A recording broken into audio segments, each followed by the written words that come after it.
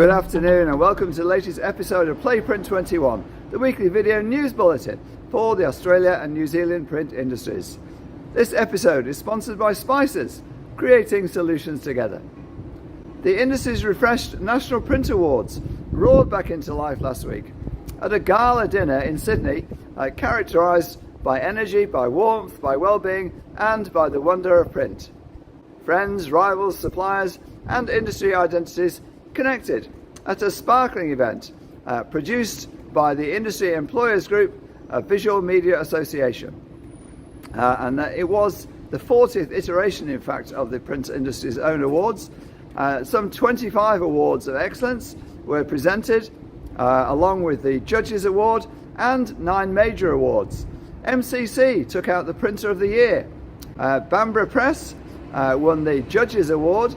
Southern Impact, they took out the Workplace Culture Award. Eckersley Print Group up there in Queensland took out the Environmental Sustainability Award. And yours truly was honoured with the Industry Service Award. A full report on all the major and gold winners will be in the next issue of Print21. The organisers eschewed the usual practice at the awards of having a celebrity MC, opting instead to go with industry leader Kelvin Gage and to host the event. Kelvin Gage, he did a superb job, keeping the pace going well, leading the reflective time appropriately, and cracking jokes along the way with the audience members, many of whom he knew, of course, as the show rolled along during the evening. Gage nailed it right at the beginning of the event when he said the printing industry was one of talent, of innovation and of passion. Awards producer Philip Marriott set the tone perfectly for the event, with the graphics, the lighting, the music, the dancers and the pace all blending together to create a really buzzing atmosphere, which was thoroughly enjoyed by the sold-out crowd. The full report on all the winners, of course, will be in that next issue of Print21, the industry's news magazine. The Visual Media Association has also launched the Incas, a support program for emerging talent in the print industry, with sponsorship to make it happen coming from Konica Minolta.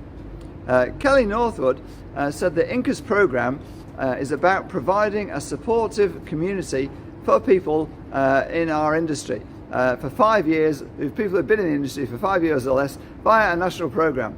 The VMA is now calling for young talent in the industry to become involved in the development of that program. The National Print Awards took place. They took place during PacPrint, which was the first one in Sydney, and which is now alternating with Melbourne every 2 years. PacPrint had to contend with the wettest week in Sydney for many years, and issues, of course, with the trains.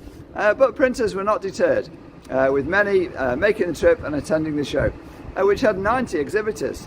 Armidale-based screen printer Ministry of T-shirts, great name, was there and announced its move into DTF by investing, direct-to-film that is, by investing in Australia's first ROQ impress DTF heat transfer press, supplied by GJS. That ROC impress is the latest innovation in ROC's growing portfolio of digital automated systems, and is developed, of course, specifically for direct-to-film DTF heat transfer, the DTF heat transfer process.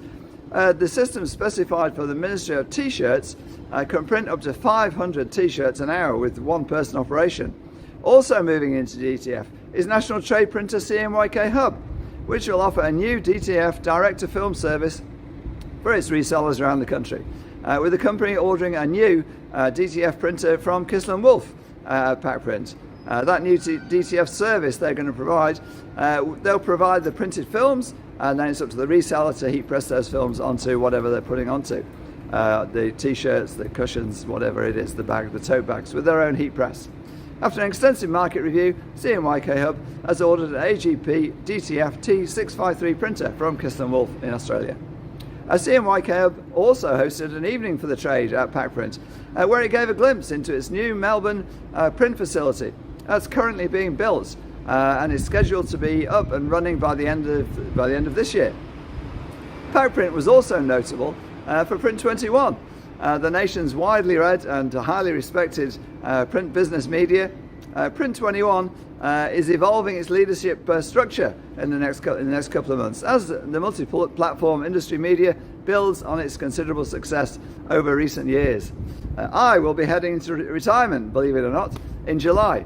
Jana Reza, senior journalist at Print21 for the past 4 years, he'll become the new editor, taking responsibility for the day-to-day operations of the media and all its platforms. Lindy Hewson, long-time publisher of Print21, will now also become managing editor of the media, responsible for strategy and engagement. Rest assured though, the industry's weekly news video, along with all the other platforms that we produce, will continue, with new editor Jana Reza to host the show. That's all for this week's episode of Play Print21. Go to print21.com.au for all these stories in depth and more. Thanks to our sponsor Spices, creating solutions together. This is Wayne Robinson, editor of Print21, signing off for another week.